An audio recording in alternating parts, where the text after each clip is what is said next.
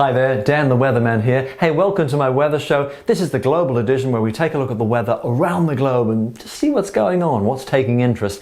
And first off, looking at the globe, we're fairly quiet and settled over most of Australasia, big high over Australia. Southwest flow is moving into New Zealand. We have this leftover swirl here of a typhoon Surigar that is fading away, becoming extratropical, but then going further north and west back towards parts of Asia. You know when spring is really starting to spring when you've got the big block of blue, cold Siberian high, and you see these little perturbations of green and red. That's warmer air, weather system coming in. It's like taking a block of ice and bashing it with a hammer. See how it's just getting smaller as you run through the week because of these systems moving in from western parts of Russia, Turkmenistan, and just coming in. In a nutshell, that means Mother Nature's sort of just flicking the switch on the old deep freeze, and things are changing. Across Europe, you can see it as well. Blue, colder than normal there, Eastern Europe, British Isles. And notice where the blue goes by the end of the week. This system will go through an upper level low, providing that cold. That will also push the Siberian high. So what does that mean?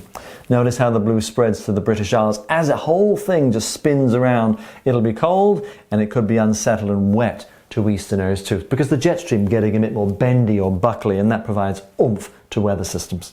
We head to North America and you can see some storms going away, eastern parts of the US there, and a big swirl in the upper level low. There's of course the flow like that, and it's really getting bendy. It's getting into the spring storm season, so heads up to the central and southern parts of the US this week for another tornado outbreak, potentially.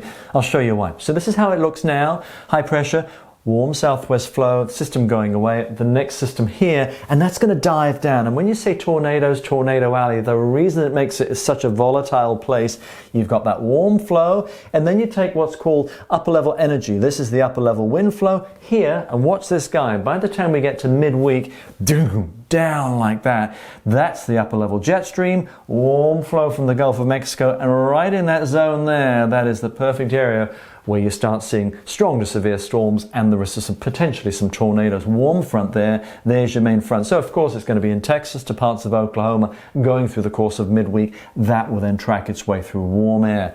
Typical scenario for them. Taking a look at things for much of New Zealand and Australia, it's the blustery southwest flow. You've got all the speckly looking stuff, like you've got some yellow paint left over and just going boom, boom, boom, and you end up with your weather map. That's sort of the satellite trough there, this lump here, and because it's coming from the Southern Ocean, it'll really have some coolness to it. It could even provide some snow to the far south, with a snow level behind this blue line here, dropping down briefly to maybe 800-900 meters to the far south of the South Island. Milford Road may see some snow. That goes away, and you see how the isobars are closed, blustery southwest flow, and then the high pressure slowly builds in going through Wednesday and then through Thursday, and you know where that high has come from, Australia.